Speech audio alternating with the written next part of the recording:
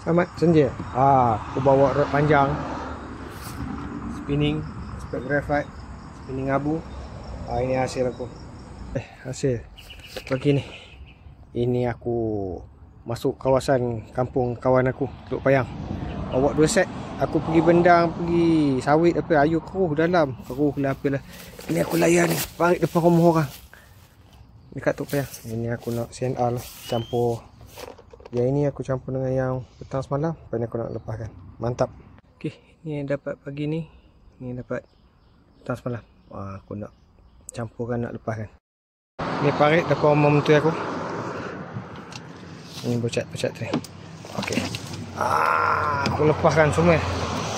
Semua sekali. Belah. Okey.